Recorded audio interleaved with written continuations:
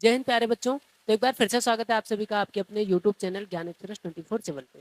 तो देखिए आज हम पढ़ेंगे फायर एंड आइस, जो कि किसने लिखा है? तो लिखा है रॉबर्ट फ्रॉस्ट ने। किसने लिखा है? रॉबर्ट फ्रॉस्ट ने।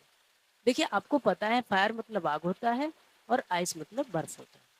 तो बहुत ही छोटी सी सिंपल सी परिभाषा है इसमें और बहुत ही छोटी सी ये कविता है जो कि आपकी इसमें हम अच्छे से इसको डिटेल में समझेंगे। जैसे कि यहाँ पर बता रखा है कि फायर का जो लेखक ने अर्थ निकाला है वो डिजायर से निकाला है और जो आइस का लेखक ने अर्थ निकाला है वो हेट से निकाला है, हेट्रेड यानी नफरत से निकाला। तो देखिए हम बिना समय गंवाए इसको समझ लेते हैं। देखिए इसमें क्या कहा गया है? इसमें कहा गया है, देखिए यहाँ पर आपको चित्र भी मैंने दिखा रखा है। चित्र यहाँ पर शो हो रहा होगा, एक ये और एक ये। देखिए some say the world will end in the fire, some say in ice. मतलब कुछ लोग कहते हैं कि ये जो धरती है, जो पृथ्वी है, जो संसार है, ये आग से नष्ट होगा और कुछ लोग कहते हैं कि बर्फ से नष्ट होगा।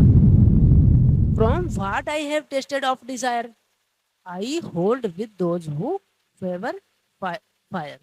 मतलब अगर जहां तक मेरा अनुभव है, खुद का अनुभव है, तो मैं आग वाले पक्ष में जाऊंगा कि ये जो संसार है वो आग से नष्ट होगा। जहां तक समझ में आपको आ गया होगा। फिर है but if it had to perish twice I think I know enough of him to say that for destruction ice is also great and would suffice. मतलब कि अगर दोबारा से पृथ्वी नष्ट हो, तो जहां तक मैं कहता हूं अगर दोबारा से नष्ट हो तो मैं सोचता हूं कि बर्फ भी काफी है, पर्याप्त है, जो कि इस पृथ्वी को नष्ट कर सकता है। मतलब वही बड़े मियाँ छोटे मियाँ सुभान अल्लाह। मतलब कि आग ही नहीं, बर्फ भी इस संसार को नष्ट कर सकता है।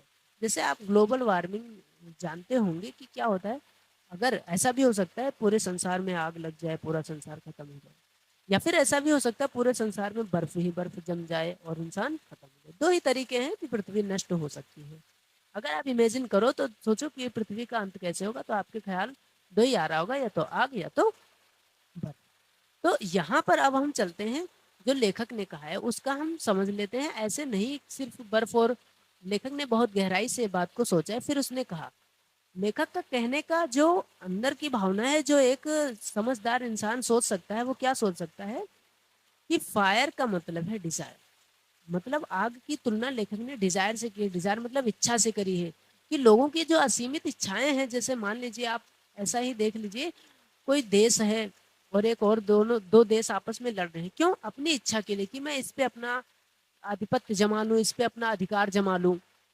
दोनों देश इसीलिए लड़ रहे हैं। और इसमें नुकसान किसका हो रहा है? तो नुकसान हो रहा है मानवता का। इसमें मर कौन रहा है? मर तो आदमी ही रहे हैं। भले ही कोई भी देश किसी के ऊपर कब्जा कर ले, लेकिन मर कौन रहा है? तो वो मनुष्य ही मर रहे हैं, इसलिए मानवता का नुकसान हो रहा है। तो ऐसे ही तो संसार ऐसे ही तो खत्म होता है। दूसरी बात, इसने आइस से जो तुलना की वो हेट से की है, नफरत से करी है। लोग क्या होता है, अंदर अंदर बहुत सारी बातें दबाए रहते हैं और अंदर ही अंदर क्या होता है, शांत रहते हैं और एक दूसरे से जलते रहते हैं। तो उससे तुलना करी गई कि शांत लोग भी कम नहीं है इस संसार को खत्म करने के लिए। मतलब जो एक दूसरे से नफरत करते हैं वो भी काफी है। एक तो जो अपनी असीमित इच्छाएं रखते हैं, जैसे मान लीजिए, चलो एक छोटा सा उदाहरण, वैसे इससे कोई नुकसान नहीं होगा।